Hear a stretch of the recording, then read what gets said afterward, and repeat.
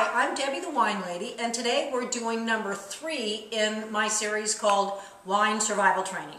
This is about how to host a wine tasting at your home just like a pro. Now, you might wonder why I've got all these brown bags sitting on my table. Is this because we're going to do wine so cheap that it's got to be in a brown bag? No, not at all.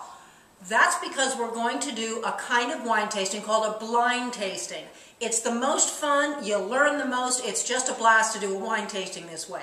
Now, you'll notice that I've got 6 brown bags, numbered 1 through 6. Those are 6 different wines. I've chosen a theme. I told my guests to each bring a wine of a certain type.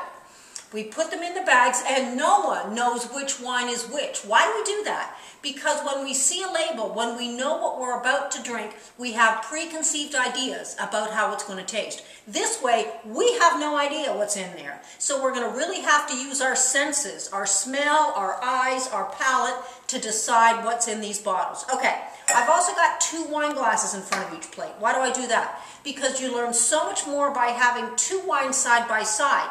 You can compare and contrast. It really helps give you clues. You'll notice these are large wine glasses. Why is that? Because we never use those inky-dinky little glasses. We're not going to pour a lot of wine in them, but we still want to have lots of room for the aromas and so forth to work their way through the glass. If you've got Riedel stemware, that's even better to use for wine tasting.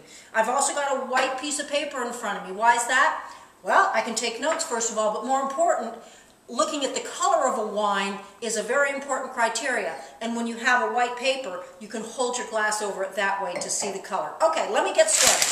We're going to start by doing 2 wines at a time. We're going to pass these wines around the table so everyone can pour their own. I happen to have some white wines open, so that's what I'm going to do. There's my wine number 1, and beside it is going my wine number 2. You'll notice I don't have a lot in each glass. That's plenty of wine. It gives me enough room so that I can swirl and I can sniff. Wow. Now, part of a wine tasting is, again, to gather all your clues as you go through. One of the first clues we're going to do is color. You can tell a lot about a wine by its hue, its intensity. So I'm going to hold my glass over the white paper. This one has a nice rich golden color. It's not thin or watery at the edge, so it tells me it's going to be fairly concentrated.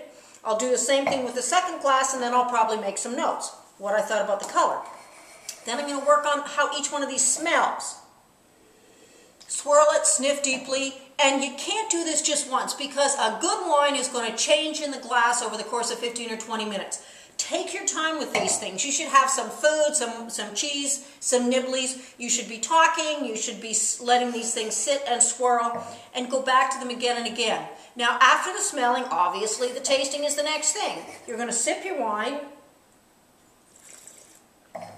That's a nice Chardonnay.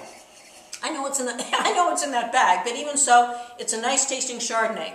Now we're going to use our palate clues. We're going to say, does it taste like there's oak? Does it taste like there's any sugar? Does it taste like, is there mineral? Is there flint? We're going to use our clues to kind of help decide what kind of wine we have in the glass. We're going to make little notes about what we think.